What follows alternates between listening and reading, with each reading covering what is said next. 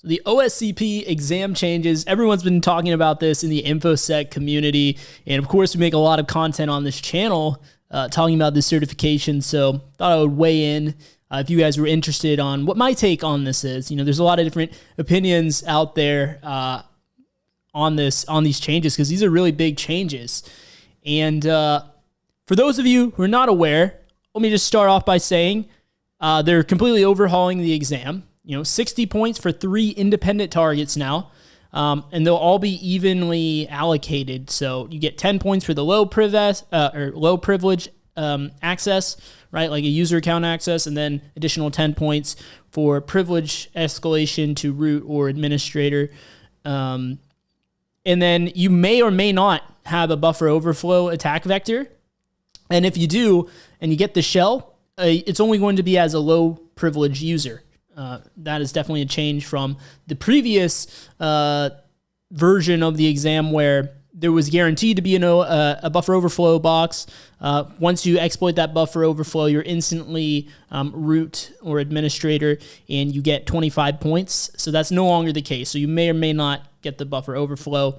They're all going to be 2-step targets, though, meaning you get your low privilege shell, and then you do some privilege escalation to get the high privilege.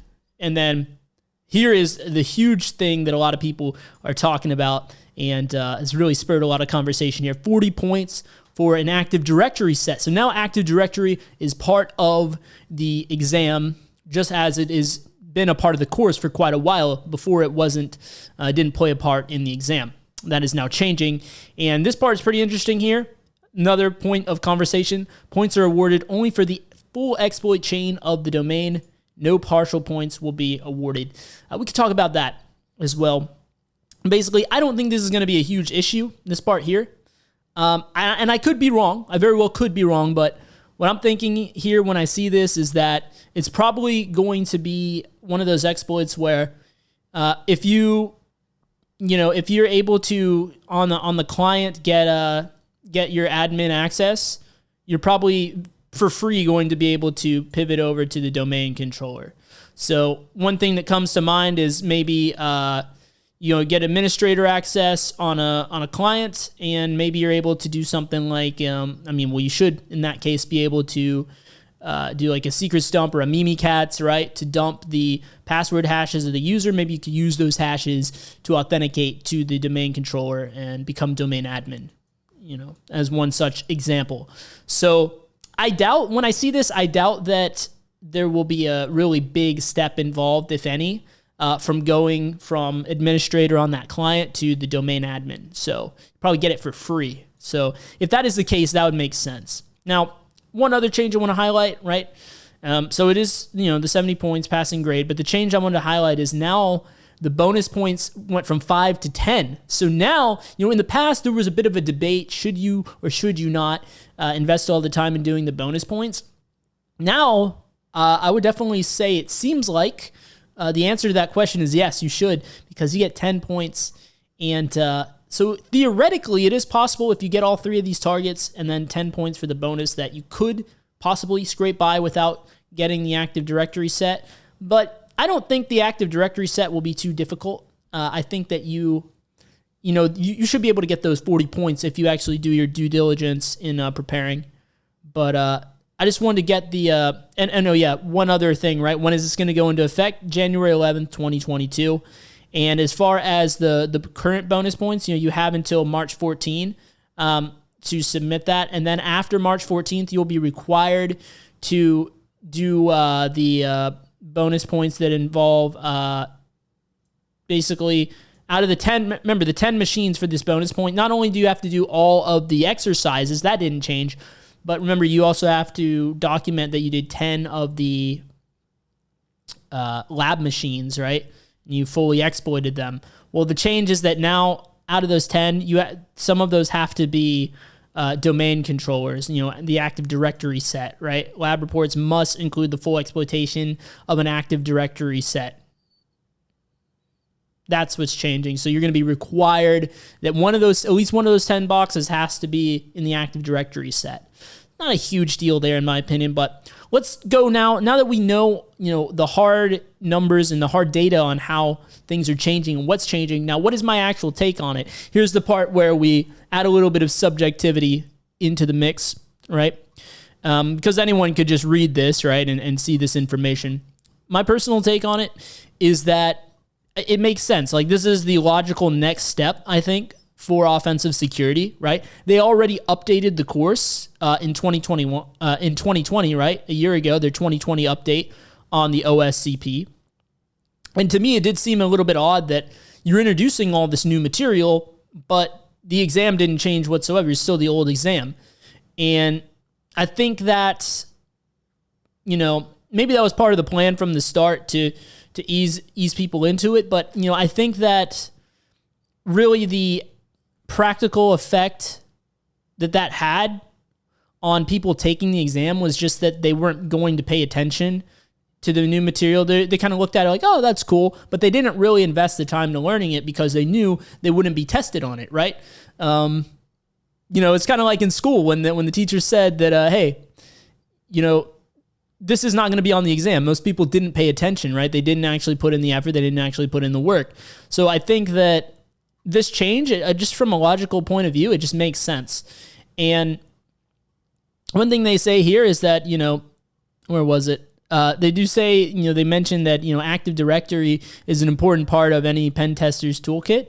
Yeah, it really is. You should at least know the basics. And keep in mind, this is not going to be ultra complicated Active Directory exploitation they're asking you to do here. Like, you're probably not going to be, for example, dealing with constrained delegation, really advanced stuff. Probably what I would think is that it would just involve using a little bit of crack map exec to do some enumeration, find a list of potential users, maybe do some ASREP roasting, crack the hash, get a password, and then once you get a password, a world of opportunities open up to you. Run Bloodhound, see if you have any pathways to some high-value targets where you can pivot, and Bloodhound will even tell you how to exploit that in such a case. So then you can exploit that. You just follow the attack chain, that way, and you should be able to get domain admin. Maybe it'll involve a little bit of other PrivS stuff, right? I mean, once you get administrator, right, a little post-exploitation, know how to use tools like Impacket Secrets Dump or Mimikatz. You can use those to dump the password hashes for all the accounts, and then you can use that to pivot from there. I think it's just going to be very straightforward, basic Active Directory. If you know your basics, right? And this is covered in the course. It's been covered in the course for the past year, right? Year and a half, almost 2 years, really, because the update came out, I think, towards the beginning of 2020. So I think it's fair. And honestly, I think if you are, of course, I have no basis of making this claim, but I really would say that, if it's the kind of stuff I just mentioned, that for sure, if you understand how to use Active Directory, you understand the basics of abusing Active Directory, this should be a pretty free 40 points, I would say. So I would say it's even better than the buffer overflow, right? It's like, hey, if you understood buffer overflow, it was essentially a free 25 points. Now, with the Active Directory set, if you understand basics of Active Directory exploitation, that should be a free 40 points, which is quite nice. Throw in a 10 points, 10 points of bonus as well. You have 50 points out of the 70 already right there. I think these are really great changes. Now, personally, from my experience in the field for the last 5 years, I've mostly been really focused on the web app pen testing side until recently. I recently did switch over jobs, and there is a lot more just to do than just the web app pen testing for my current role now. So I'm pretty thankful for that because, I like to get involved in all kinds of different areas of offensive security of pen testing, right? So previously, though, my personal anecdotal experience was that I didn't actually need any Active Directory for pretty much anything that I did. It was all just pen testing web applications. So we would, any changes they made to the app, we would test, and we would also do what we called full assessments as well of applications, where we would just completely do all of like a ton of manual testing on an application, looking at all the different fields, all the different possible vulnerabilities we could find. And it was very and we did do a little bit of network-based pen testing as well, right? We would see what was available on the network and, different ports that were open and things like that, whatever we could do to get an exploit, to identify a vulnerability there. We would look into that as well. So I would say it was very focused on the web app / network side of pen testing. So I didn't actually work with any Active Directory stuff. I didn't do any red teaming in my previous job. So my personal experience was I didn't really need, for my job, I didn't really need to use any Active Directory, right? I think here's where they talk about it. Yeah, critical part. So for me, it wasn't a critical part of my skill set, right? But I think that for most of the offensive security jobs, especially outside of web app, I think the reason you can kind of get away with that as a web app pen tester is there's so many websites that need to be tested that you could find a role that's just testing the sites, because that's quite a lot of work to do in and of itself. But yeah, for most of your offensive security jobs out there, it's going to involve a little bit of Active Directory. And personally, even though I didn't need to learn this stuff, I went out and I learned it on my own anyways. When I took OSCP and PWK back in 2018, it did nothing to teach me any Active Directory stuff. So I left that course being really deficient in this area. So I had to go out and learn this stuff on my own, which I still went out and learned this stuff because this stuff is really interesting. And if you want to be able to move around to bigger and better jobs, possibly better jobs, right, in this field, you need to know a little bit of Active Directory. So I think that, maybe it's not going to be the critical part for every professional, security professional skill set. Like, for example, I know there was a video that Live Overflow made, a while back where he's like, when most people think about pen testing, they think about Active Directory and abusing all the stuff. He's like, I'm going to be honest, I never do that on my day job. I barely know anything about that other than you can use Responder and different stuff, right?